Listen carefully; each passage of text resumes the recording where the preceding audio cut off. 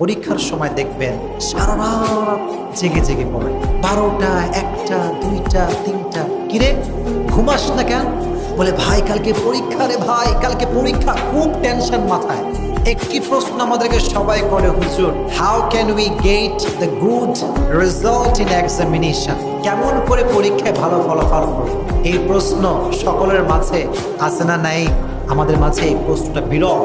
প্রথম যে আমলটা আমি শেয়ার করতে চাই, যখন আপনার এক্সাম শুরু হবে, পরীক্ষা একটু পরে, আধা ঘন্টা বা 1 ঘন্টা পরে, ঠিক এই সময়ে জায়নামাজ বিছাবেন। জায়নামাজ বিছিয়ে নামাজে দাঁড়িয়ে যাবেন, আল্লাহকে বলবেন আল্লাহ 2 রাকাত সালাতুল হাজত, নামাজটার নাম কি?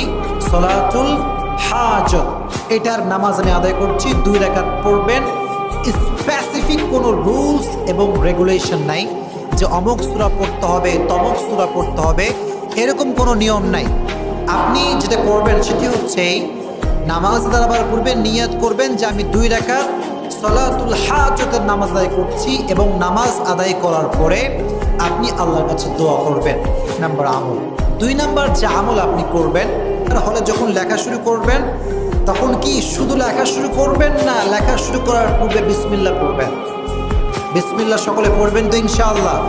তো 2 নাম্বার আমল, আমি যখন পরীক্ষার কোয়েশ্চেন পেপার পেয়ে গিয়েছি এবং লেখা শুরু করছি, লেখা শুরুর পূর্বে বিসমিল্লাহ দিয়ে শুরু করবো। রাজি আছেন ইনশাআল্লাহ? 2 নাম্বার আমল। 3 নাম্বার আমল যেটি করবেন সেটি হচ্ছে একটি দোয়া বেশি বেশি পড়বেন। দোয়াটি হচ্ছে, সকলে পড়েন, রব্বি জিদনি, আরে ভাই একটু আওয়াজ দেন না, রব্বি জিদনি ইলমা। এই দোয়াটা সকলেই বেশি বেশি পড়বেন তো ইনশাআল্লাহ? এটা বেশি বেশি পড়বেন। এই দোয়াটা পড়লে আল্লাহ আপনার মেধা, আপনার জ্ঞান শক্তি আরো বৃদ্ধি করে দিবে। কোন সুবহানাল্লাহ। এই দোয়াটা বেশি বেশি পড়বেন। আরেকটি বিষয় শেয়ার করি, লাস্ট অ্যান্ড ফাইনাল, সেটি হচ্ছে পরীক্ষার সময় দেখবেন বেশিরভাগ যুবকরা, এটি সবাই বেশিরভাগ যুবকরা করে, মেয়েরাও করে, সারা রাত জেগে জেগে পড়ে, 12টা 1টা 2টা 3টা। কিরে ঘুমাস না কেন? বলে ভাই কালকে পরীক্ষা রে ভাই, কালকে পরীক্ষা, খুব টেনশন মাথায়।